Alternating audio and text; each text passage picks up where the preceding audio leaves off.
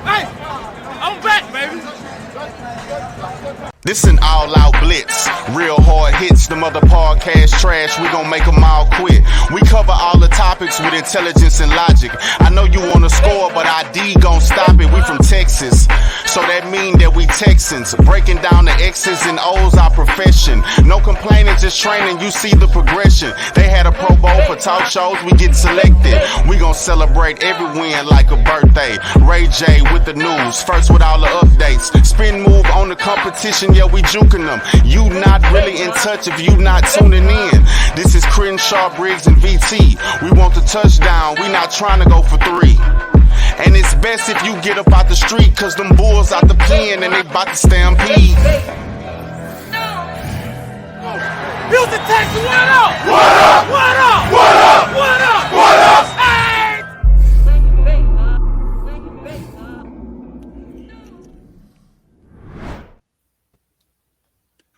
Hey everyone, and welcome to the Texans Fan Battle Podcast. I'm your host tonight, Matthew Briggs, and as always with me, I got my amazing trio.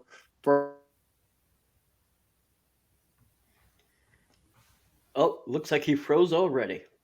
Give him just a second. He was having a little issue there. Hey, I guess I had a technical difficulty.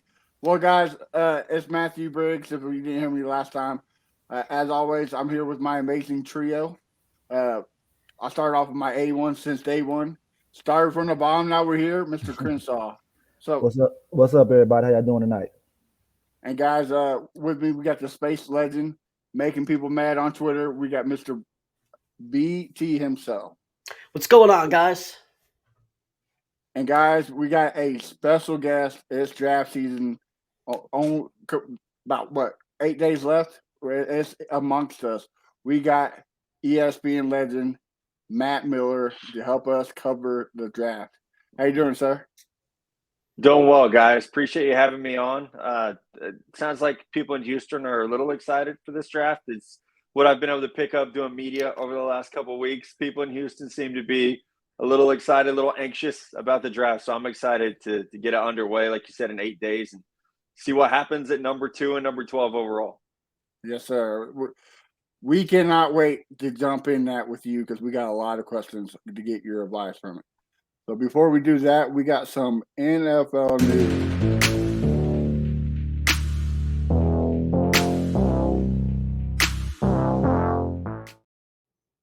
All right, guys, to kick it off, we got a new highest paid quarterback in NFL, Jalen Hurts. Matt, I'll kick off with you. What do you think about that contract? Pretty crazy, huh? Crazy. I'm happy for Jalen Hurts. Very happy to go from getting benched at Alabama.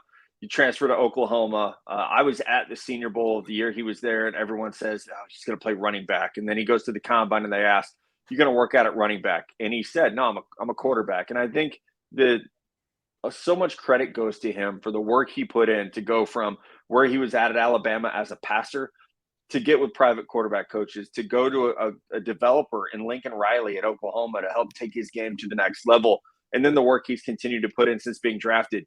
So it's fun to go back and see, your pre-draft thoughts on a player. I had an 85 out of 100 grade on Jalen Hurts. I had a starter grade on him, and my comp for him was Dak Prescott, and I tweeted this out earlier in the week, I might have been a little low on that comparison. I think probably exceeded that expectation. So I've had the opportunity to get to know some of the people around Jalen. I've spent a little bit of time with Jalen himself. What a stand-up individual. I mean, I think if you have children and you want them to have a hero in sports, Jalen Hurts is a pretty dang good one. The adversity that he's overcome while also just being an A1 human being. So I'm happy for him. I love that the Eagles give out this, over $100 million extension, and the way it's structured, the cap hit is $6 million this year. And I live south of Kansas City, and I'll tell you, when the Mahomes deal came through, I'll never forget a couple years ago. Oh my God, it's $500 million. How are the Chiefs ever going to afford to pay anyone else? The Mahomes deal looks like a bargain right now. So the beauty of this deal is, in 6 years, when the deal's up, it's going to look like a bargain. And if Jalen Hurts plays well, he'll probably get another new deal before then. If not, he'll be 30 years old hitting free agency. So super happy for Jalen and his team.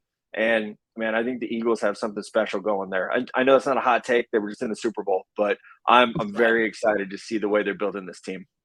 Right. BT, what about you? I think he deserves every penny. I love the way he played this year. I think it's amazing that we were, well, I'll include myself in that conversation. I won't talk for everyone, but many people, including myself, were saying that he may lose his starting job, and now he's the highest paid quarterback in the league. I think that's amazing. I think that that also proves, just to talk about Lamar Jackson here, is that you can do a lot of stuff with an agent. And I'm not saying that this is something that Jalen Hurts only got because of his agent, but I'm pretty sure that Lamar Jackson could have gotten something somewhat close if he actually had one. So he got so Jalen Hurts got $180 million guaranteed. We know that Lamar Jackson got something somewhat close to us. And I gotta ask you, Matt. There are a lot of Texans fans that are actually thinking that we could get Lamar Jackson after the draft if we don't pick up a quarterback. And I just have to ask you that question, since we're talking about quarterbacks and getting paid. Do you think that there's even a remote chance that we would pay Lamar Jackson that contract and pick him up after the draft if we skip out on a quarterback?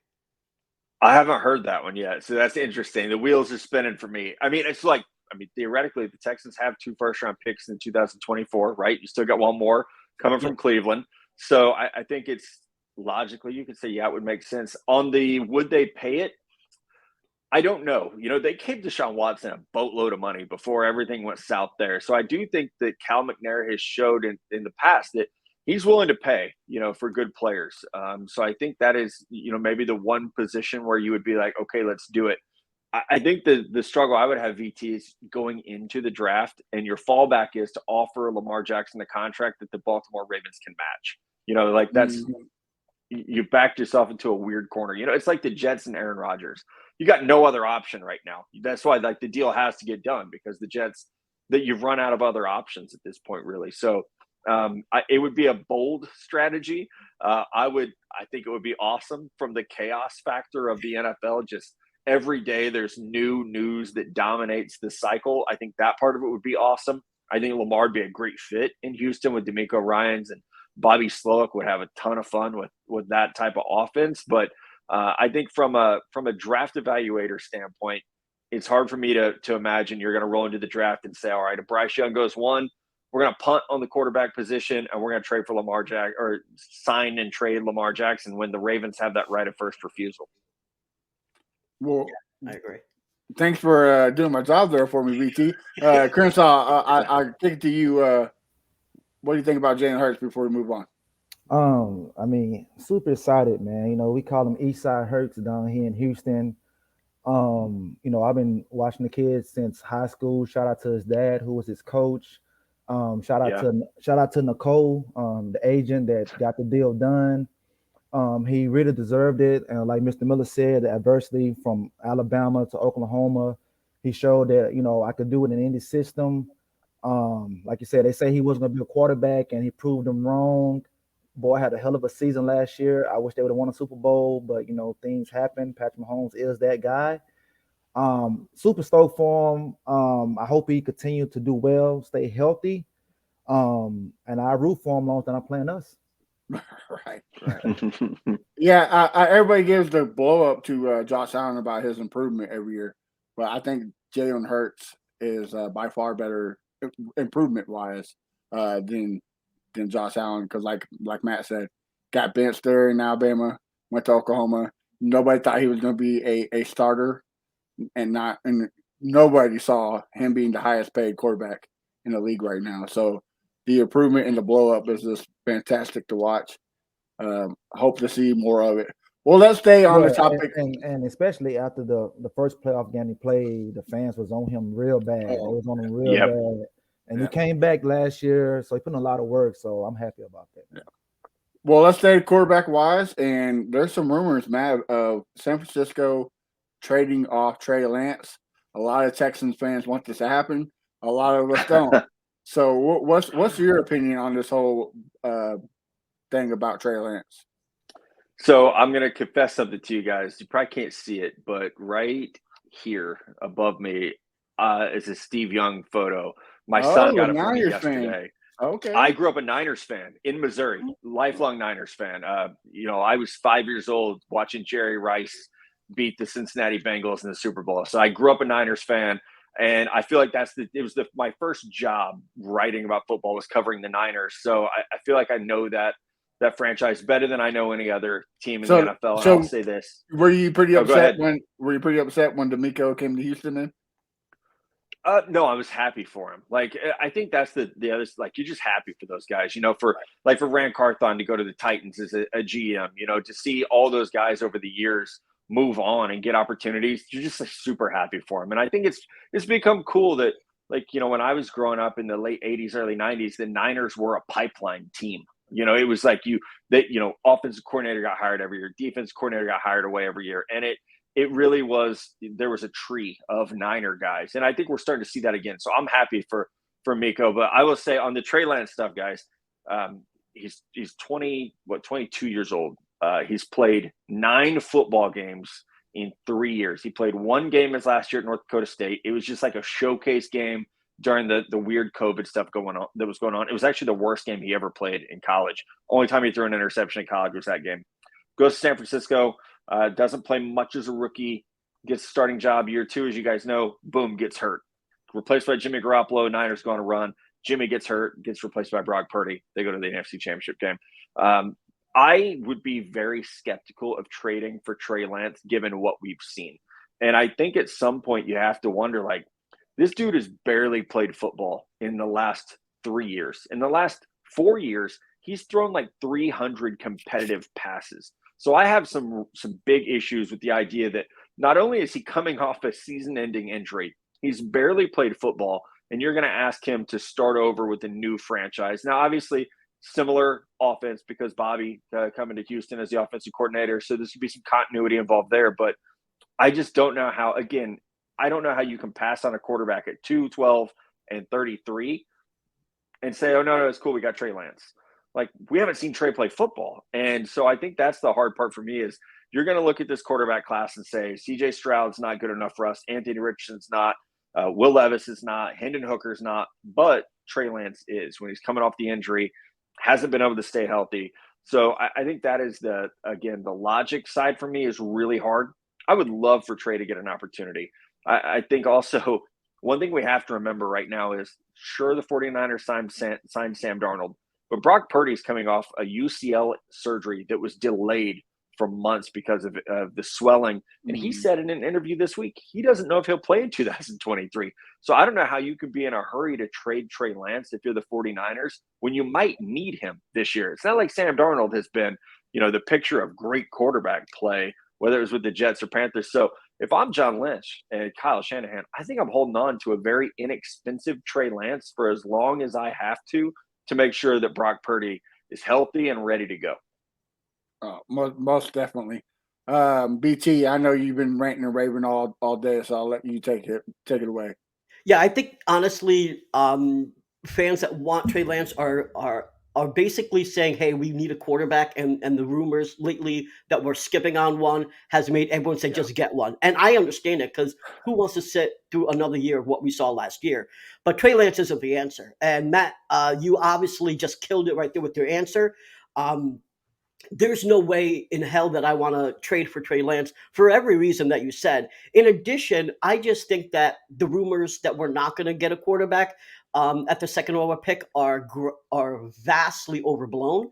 And secondly, the whole thing is that if Lance was worth trading, why would we even pay what he should be worth? He went for 3 first-round picks. Yeah.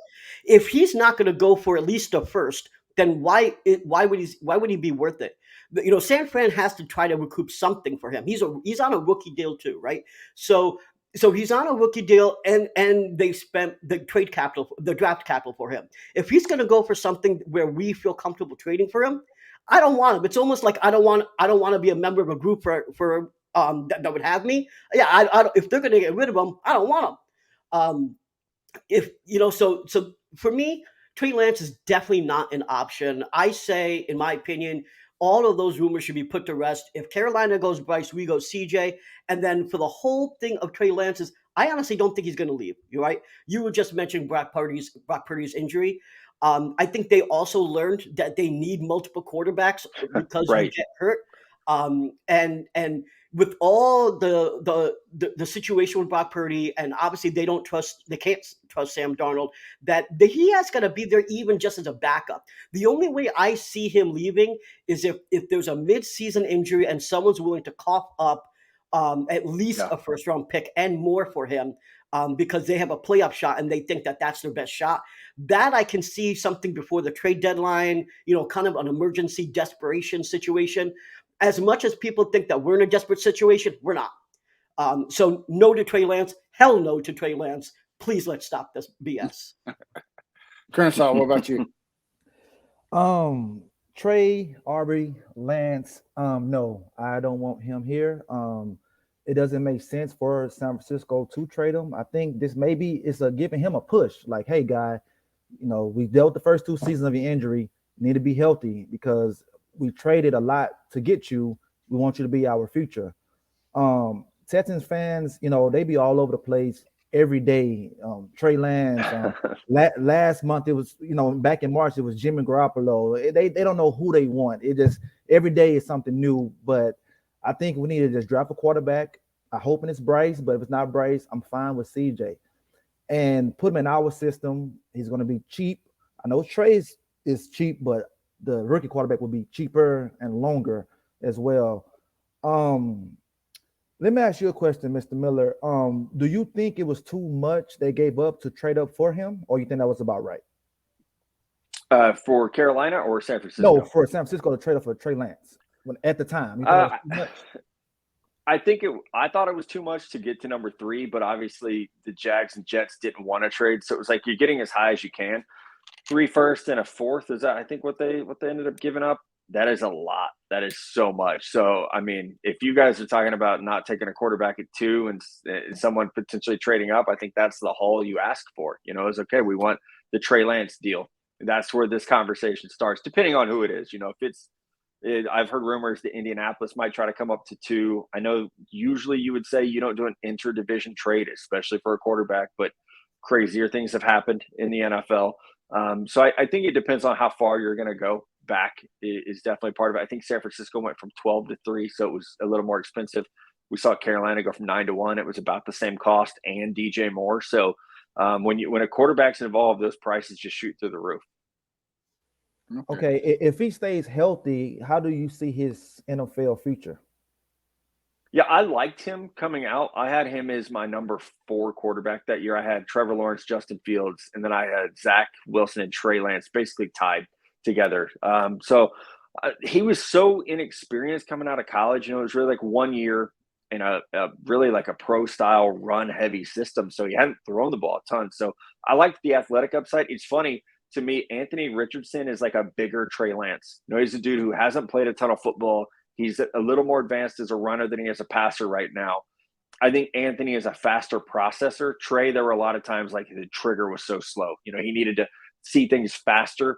I don't think Trey was asked to do a lot of full field stuff. Anthony was. So, but I think similarities in terms of they're both great athletes, big arms, and very inexperienced. So you got to figure out there's these conversations of, do you sit that guy because he needs to learn, or do you throw him out there like a Josh Allen, like a Jalen Hurts, and say, hey, no, you need to go play. That's the only way you're going to get better. Justin Fields was kind of a similar situation too. So I think those arguments get fun depending on where they're going to land. But I think with Trey right now, I wouldn't trade a first round pick for Trey Lance. If that's what San Francisco thinks they're going to get back, that's way too expensive in my opinion. Okay. Well, let's keep it quarterback. Let's kind of move to the draft and NFL news at the same time. There's a lot of rumors about CJ Stroud. One is that he's hard to coach. He did horrible on the S2 testing, and now we're hearing that he ghosted the Manning brothers at their camp. Matt, what do you think of all this? Is this nonsense, or is there some truth to it? I'll say I haven't heard the hard to coach one. I haven't heard that.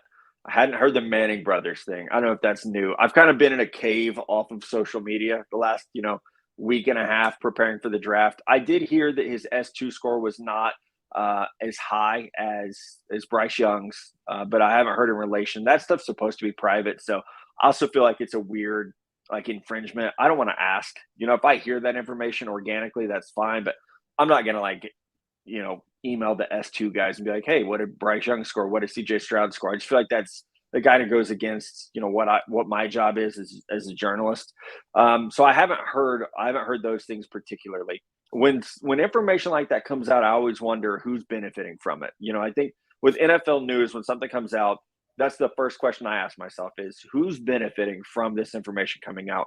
If 3 negative things are coming out about CJ Stroud and not about any of the other quarterbacks, to me, that sounds like someone wants him to fall down the board to their pick. So like the Colts, right?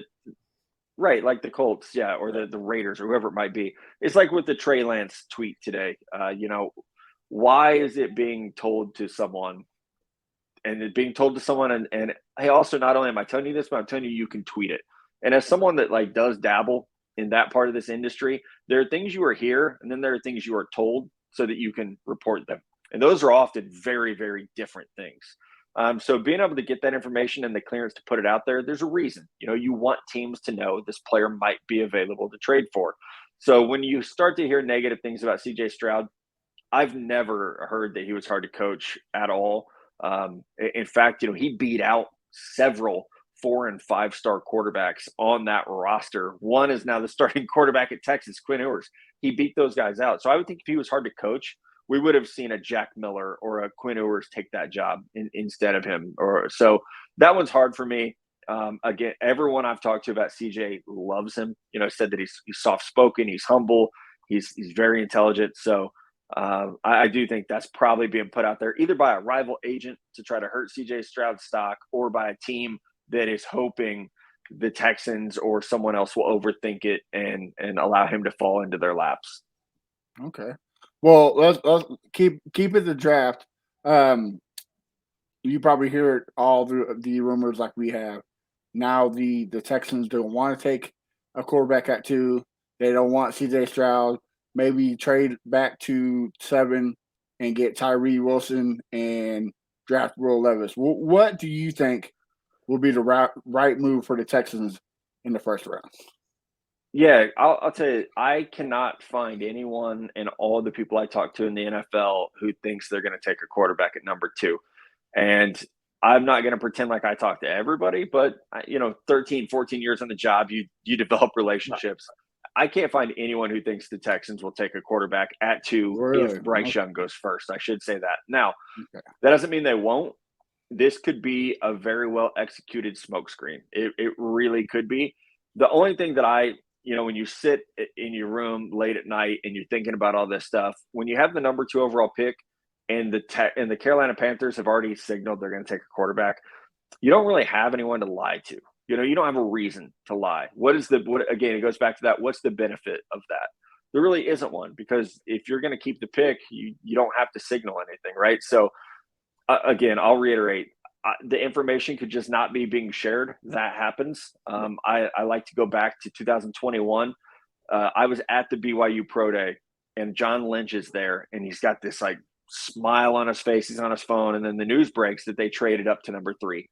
The second the Niners traded up to 3, I'm surrounded by 100 scouts, and everyone starts talking about it's for Mac Jones. The Niners love Mac Jones. Kyle Shanahan loves Mac Jones. They're trading up for him. Well, the week before the draft, guess what? The news came out. No, it's actually for Trey Lance, whom they ultimately picked. So you can be hearing one thing all through the process, and it changes as soon as the team gets together and says, no, this is our guy. So there might be people in the Texans organization who don't like CJ Stroud, and they're saying, we're not going to take a quarterback. But Cal McNair might step into that draft plan meeting Thursday morning and say, hey, no, we're taking a quarterback. And guess what? You're taking a quarterback if that happens. So I do think things are up in the air right now. We shouldn't, even 8 days out, we shouldn't speak with any absolutes about what they'll do. But there's not anyone I'm talking to who says, yeah, the Texans will take Stroud or Richardson or Levis or whoever it might be. It definitely sounds like pass rusher at 2 is the direction that the thinking is going right now. Okay. Do you think that they might take one later on, like at 12? say if a Levis or Richardson's there? I think that's a best case scenario. I find it unlikely that those guys would be there. I think if that happens, the Colts are going to grab probably CJ Stroud pretty quickly at 4. And then I think you have to worry about Seattle and Detroit thinking about quarterbacks of the future. The Raiders, they got Jimmy Garoppolo who can't stay healthy at 7. Then you have teams that could jump back in. The Tennessee Titans, I think if that happens, are a team you have to worry about at 11. Right there in the division. You could look at passing on CJ Stroud and him going to Indy and passing on Anthony Richardson and him going to Tennessee. And you better be damn sure as an evaluator that you were right about those quarterbacks if you're going to have to see them 4 times a year. Like, can you imagine if Nick Caserio says, "No, we're good. We're good. We don't need those guys. We'll figure this out." And then they become the players that we think they can be. And that's a nightmare scenario. So you got to be really sure that your eval on those quarterbacks is right if you're going to pass them just to a division rival. So could Levis be there at 12? Maybe. But I think you're in that scenario of, would someone try to jump you knowing you're the logical landing spot for him? Okay. BT, I know you're angry about this one. Go ahead. Yeah, I want to reiterate what Ian Rappaport said, because it addresses this situation as well as the CJ Stroud situation. And his point was that the Texans, ever since we fired Jack Easterby, have been notoriously tight-lipped. Nothing comes out of the Texans organization. So how come all of a sudden the entire world knows that we're not taking a quarterback and taking a defensive player at 2? That's not typical for what Nick Caserio likes to do. And to me, this is a combination of the Texans saying, "I fooled you all," and also the Colts and the Raiders lying to potentially get Stroud. If you look at the S2, the owner and creator of S2 went on a podcast and publicly stated that all 4 quarterbacks actually tested well, right? So that the initial rumor was that Stroud rated in the teens. Bryce got a 98, and then Stroud was in the teens. I thought that was kind of crazy. The guy that created the S2 said all 4 quarterbacks actually tested very highly. The other thing is that we don't have access to S2, and I say we as a Texans, not just as fans. Apparently, it's only two teams per division, which means that the Texans can't even access it.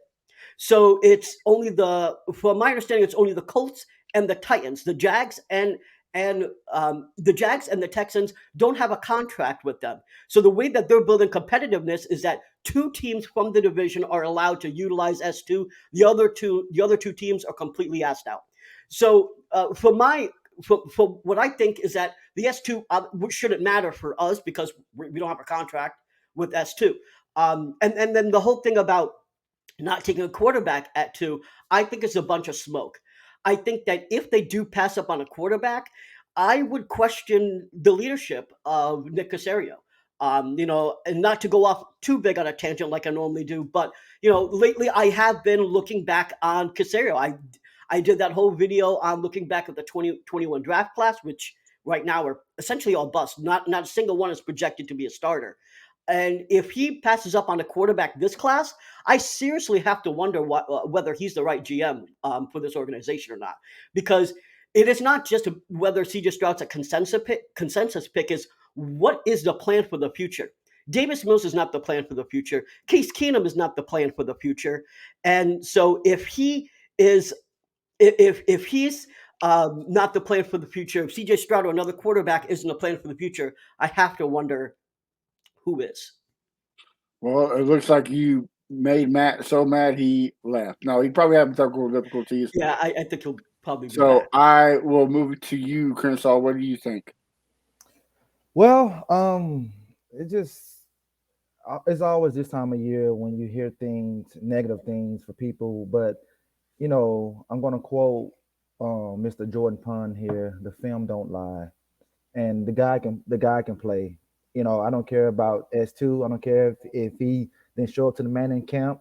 I don't care about that. I look at film, and the film showed that he can ball, and that's your guy. You get your guy. I mean, it's okay. Last year, well, hold on. Who had the highest? The highest S2 was on Brock Purdy, right? He had the highest S2 ever, right? I believe so. Yeah, last year. and he was Mr. Irrelevant. Yes, he had a good season last year because the system was in, but he was Mr. Irrelevant. So just because you score high on that, I mean you're going to be a good football player. But it does help. I'm not going to lie, it does help. I just wish they just stop with all the nonsense. I don't think he can say what he want to say until he actually get drafted. So he kind of like keeping it in house right now. But I like the kid. I don't like him as much as Bryce, but I just think they need to just stop all this. That's my take on that right there.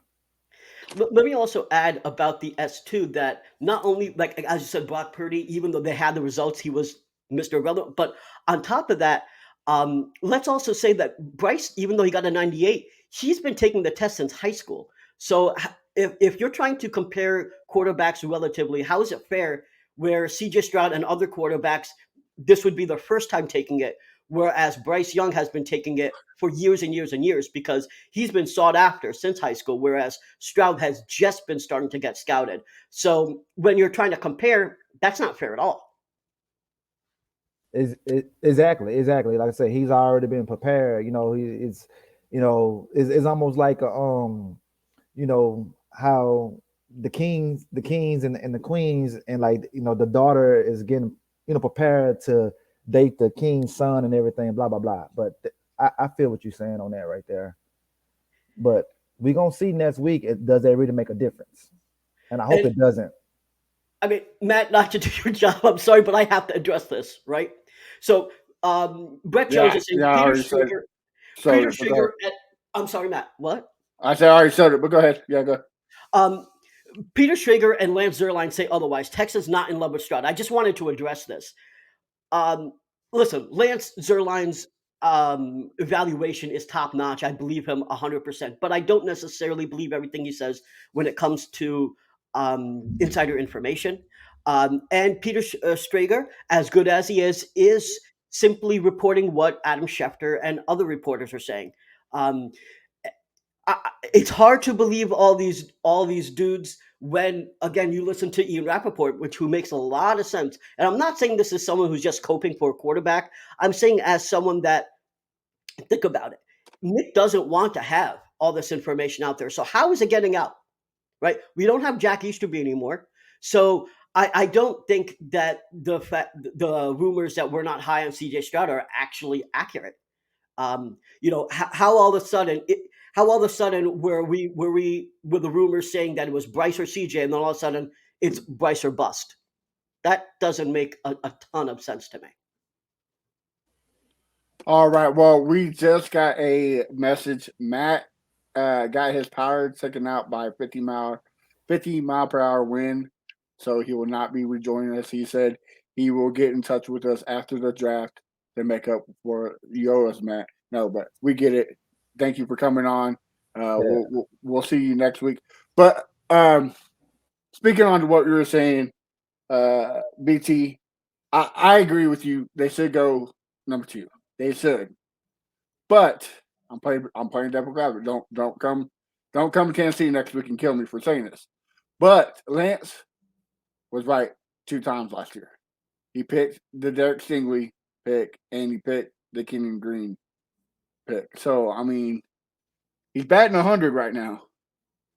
So batting 1,000. 1,000, right? Well, that's why he's batting 1,000. So I mean, well, let me address that. So the Stingley information became national rumor news, if you want to call it that.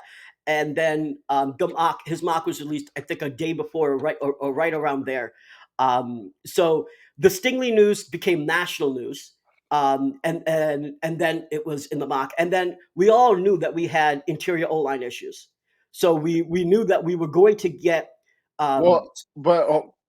The consensus pick was still that it was Icky at 3 when he made that mock. It was Evan Neal's and or Icky, right? Yeah. Right, the consensus pick was Evan Neal or Icky in the beginning. And then apparently the medicals issue between Evan Neal started changing that. So I don't know. I don't know if I'm going to say that he actually has information in terms of insider information there. Regardless, I think the Stingley information, that was national. So pretty much even NFL Network was kind of reporting that back last year. And again, going back to the Ian stuff, why would the Texans all of a sudden just release that information? It does not benefit them at all to say, hey, guys, we just want the world to know we're not taking a quarterback. How does that benefit them? All right. Well, here we got another from Cody Johnson. Guys, if you don't follow him on Twitter, make sure you do. He has some good stuff. Texan wise, what if Stroud isn't their guy?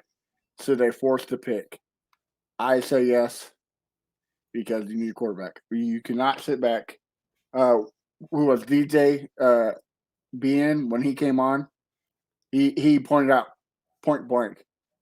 All you have to do is watch Davis Mills' gameplay. That is reason enough why you have to go quarterback. You cannot go another year with Davis Mills. It doesn't even matter who the OC is.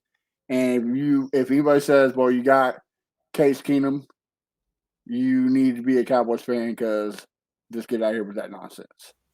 Okay, well, you forced the pick because you need competition in training camp. Yes, exactly. Thank you. This man got handed the job last year without competition. So you need someone to push him. This is his third year. So this is money year because he only get 4 years. This is money year. This is year where he could make some big bucks. So we need to get him humble. We need to get him humble. Like, hey, it's guys that think you're not good. So are you gonna listen to them, or are you gonna show us that you are that good? So I feel like the guy's okay. He's not good. He's okay. You still need a rookie. You still need a plan, because if it doesn't work, you need that backup plan. If you don't take a quarterback and then Davis Mills bombs out, and you go into 2024 with a hope, a prayer, a wish, I don't want that. I had that in 2006 with David Carr. The first 2 years, he wasn't good. They had a chance to get the quarterback. They passed on him, and they messed the whole thing up. I'm sorry, 2004. So I don't want to hear there to see that again. Just get the guy. You feel like you got the coaches in play that can coach him up. If you don't think those are the coaches to coach him up, why did you hire them in the first place? Exactly. Get the quarterback, man. I do tell you that it's publicly known. Gerard Johnson, who is a big evaluator on the quarterback side of the ball, is a fan of CJ Stroud. So that should be a deciding factor, correct? I mean, yeah, correct. I mean, Gerard, yeah, most definitely. I also will say, just to address that question, should we force the pick? The question I have to ask is, why do you think that they shouldn't be high on Stroud? There's a lot, there's talk of should they force the pick. Ask the questions why. So let's talk about the knocks that are on CJ Stroud, the actual knocks. Number one is that the question is he going to be able to produce when he faces under pressure? One of the biggest knocks on him is that when the line was weak at the points, he didn't perform well, and he actually played with dudes that are first rounders, so he had some of the best line in college football. So the biggest question is, can he face pressure? To answer that question, you can look at the Georgia game. He faced immense pressure against the Georgia game, and he actually showed that he can produce off script and make plays when he faces pressure. And as Daniel Jeremiah said, if you can do it once, you can do it again. It is up to the coaching staff to be able to reproduce that with him. So if the biggest question is about his off-script ability and how he plays under pressure, then I think you have to look at the Georgia game and say that he can do that. And if that is the case, why would it be a quote unquote forced pick? I think that's a narrative for individuals that don't want to take a quarterback. And honestly, I could have understood the argument, because I was the same way prior to hiring D'Amico. Prior to hiring D'Amico, I didn't want to take a quarterback either. But everyone has to realize that now that we have D'Amico here, we can't take. We have a real possibility, even if Davis Mills is under center, that we're going to win 7 games. 7 games is now outlandish with the moves that we made in free agency, the draft that's upcoming, our rookies stepping up. And so if we win 7 games, we could be at the 13th overall pick. If we're picking at the 13th overall pick, how the hell are we going to use three first round picks to move up when there's going to be teams in the 7th or 8th overall pick that are going to be able to use 3 first rounds to pick up? How will we be competitive? There's no way that we'll be able to get a Drake or a Caleb or even Quinn Ewers for that matter. And so we will be shit out of luck. So to everyone saying we're going to force a pick, it's not a forced pick. You're taking a pick that makes the most amount of sense. Because if you look at the situation, everyone says if he's a bust, we'll be screwed. No, you won't. Look at the Jets. They had Zach Wilson. Are they screwed right now? They made a pick with Zach Wilson and they're about to get Aaron Rodgers. How are they screwed? No, you're not screwed. What happens is that if you continue building the team and you actually get a quarterback, you have to shoot your shot. You have to try and get your quarterback when you're in position, especially when you have just gutted your entire coaching staff. Now that you've gutted it, let's go. Let's get a quarterback. Let's move on. If he's a bust, you know what we'll do? We'll try it again. This is the NFL. Busts happen. You try it again and you do it. You try until you succeed. There's no way you can say if it's not Brady, if it's not Manning, you skip out. Now that's kind of ridiculous. Yeah. Why do everybody just assume that CJ isn't a Texans guy? He's not on a radar.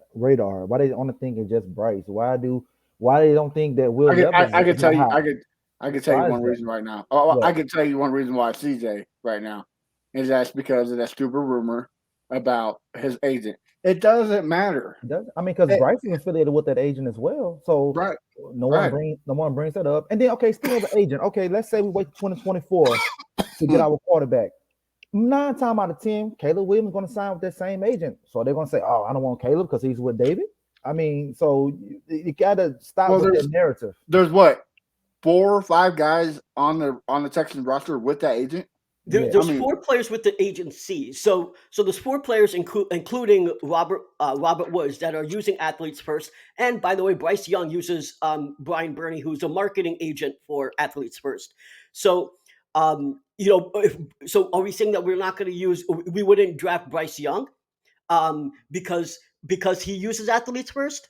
And Crenshaw, you're right on. What's happening right now is David Mulligetta is going to get the top athletes. That's just he's getting the best contracts. So it would be absolutely frigging insane to say, hey, we're not going to work with the 8th biggest sports agency in North America. And we're not just talking about NFL. We're talking about sports overall.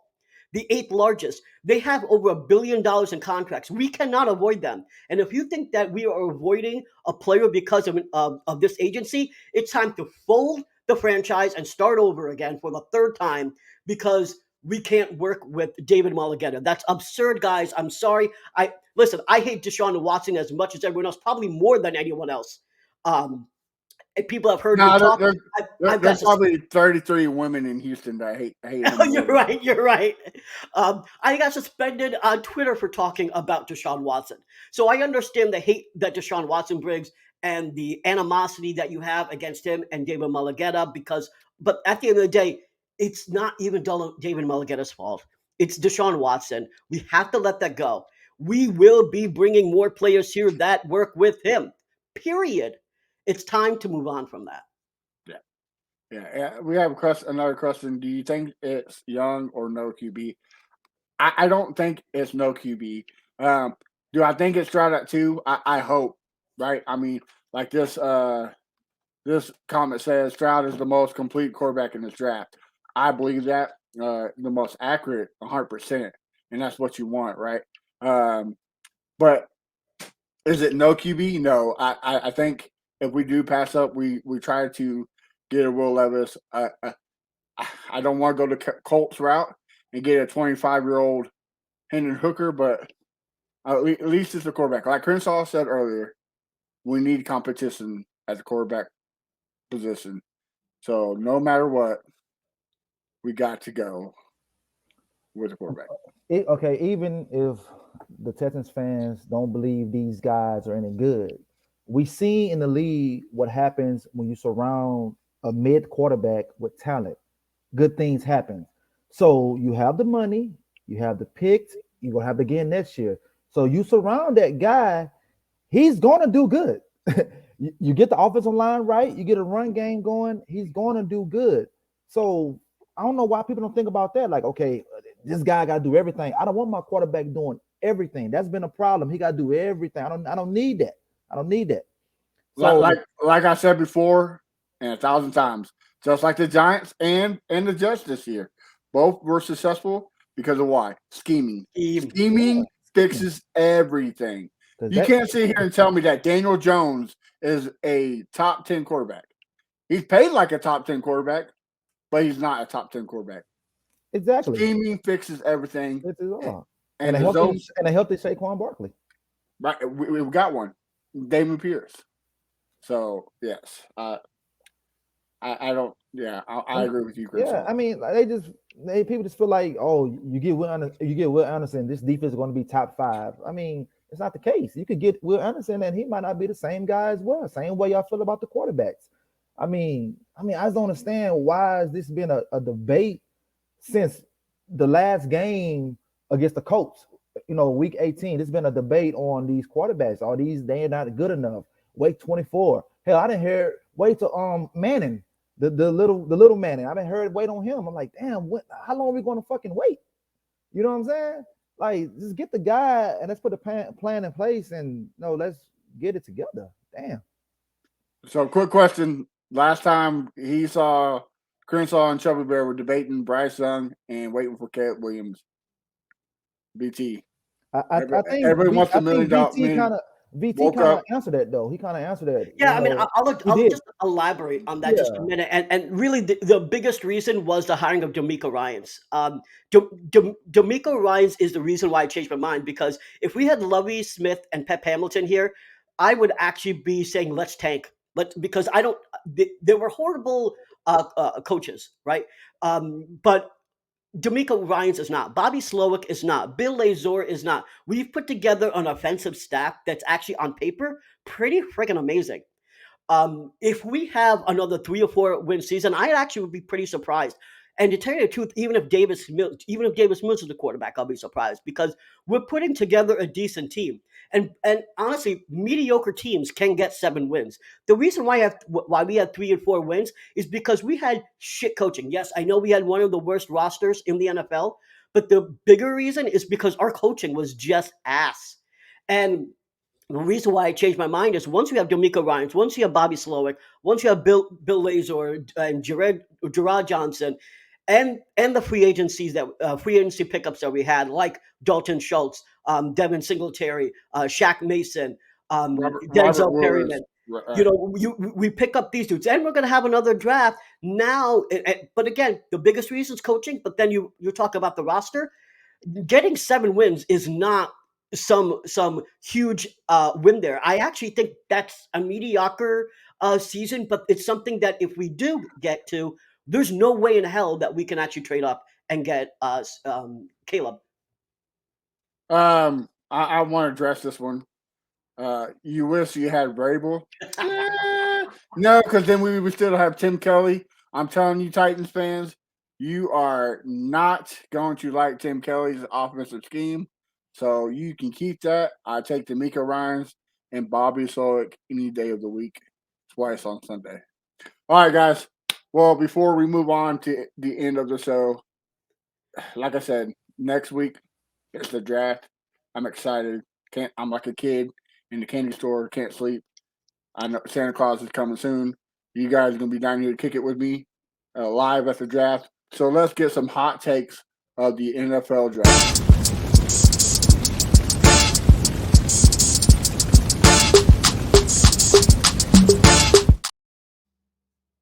All right. Crenshaw, let's start with you. It doesn't have to be Texans. It can be anything. What is your hot take of this NFL 2023 draft? Las Vegas Raiders trade up to number 3 and get their quarterback of the future. Whoa, I like it. Spicy. You're bringing back the Cheetos this year, huh? I see it. It's the puffs. The puffs kind, though. The puffs kind. Yeah. All right. Mr. BT. I think despite all of the rumors, the noise, and Vegas, I think the Panthers will surprise everybody and draft CJ Stroud. I think that they'll draft CJ Stroud. I think the Bryce Young is smoke, and that's all it is. They were very high on CJ Stroud. I think that they have been trying to confuse us to get us to trade up. And we said, nope, we're not buying your smoke. And we'll actually end up with Bryce Young. So I think it goes Stroud and Young for the first and second pick. All right. Well, y'all ready for this one? I think we jump up to the second round again this year, and we get our man JMS, and we get another edge. That's what I think. I'm gonna keep it Texans, and I think we jump up to the second round pick. We got to get JMS. No questions about it. But that's my hot take. All right, fellas. Like Crenshaw, wise words of Crenshaw. It's the worst time of the show because it's the end. Any last words before we sound off? I just want to give a shout out to all the Texans creators out there. If you are talking about Houston sports, Texans specifically, shout out to you all. We all working hard trying to put our content out there. So We're a family. We're a family. If you're putting content out there, shout out to you. We try to support you, and we appreciate you guys supporting us. And I want to say this before I let Crenshaw take it off. You guys are awesome. I wish I found y'all sooner. We're not leaving, so keep coming back. Bring your friends, bring your mama, bring your dog across the street. Come watch us. We enjoy it. Crenshaw, you got anything to say? Just I'm a segue off what VT said. I do appreciate the people that check us out. I appreciate the back and forth that we always have on our chats and everything. I appreciate the journey we all have been on, the good, the bad, the ugly. We got some things in store for you guys, and just keep coming back. And we accept all criticism, all criticism, bad, good, we accept it all. And we'd like to hear from you guys as well, so keep sending the messages. We reading them. We try to get back with you guys as much as possible. And like I say, just thank you. We're gonna keep coming with the guests, keep coming with the hits. BT gonna keep pissing y'all off, and Always, always. It doesn't matter. Doesn't matter how strange the comment is. BT will bring it. All right. Pause, but he will bring the smoke. All right. Yeah, guys, like Crenshaw and BT said, we're here to support everybody. Like Crenshaw, it doesn't matter what people think; it just empowers us to get better. So if you think we are not good, that's your opinion. You are more welcome to have that, but that's just going to push us to get better and to have guests like Matt Miller, to have guests like we are having in the future. So thank you guys for all the support. We couldn't do it without you. All right, guys, now that we got the emotions out of the way, BT, where can we find you? What you got cooking? You can find me on Brown Chubby Bear on Twitter. As everyone knows, I piss people off, but you can piss me off too. It's a two-way street, man. Usually on Spaces, pretty much every night. So you can catch me in there.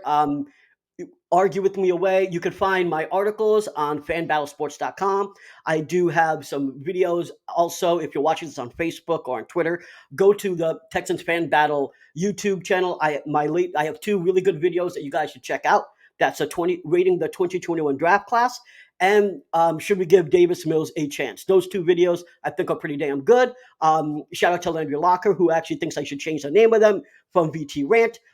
But he likes them a lot, and he thinks they're well produced. So give him a watch and a listen. Landry's been wrong before. Nah, I'm just kidding, BT. I'm just fucking with you. Crenshaw, where can we find you at, bro? You can find me at Fifth Ward Crenshaw on Twitter. Sports Fifth Ward Crenshaw. Instagram, I'm a family man, Fifth Ward Crenshaw. So there it is. And we're gonna push Crenshaw to get out of his comfort zone and do like a video article. We're going by the end of this year. Me, BT, we'll have Crenshaw doing something. Look at that smile. I'm on it. I'm on it, man. I'm on it. Nah, I'm just kidding. Crenshaw's great, but wouldn't be the show without Crenshaw and his flaming hot Cheetos. All right.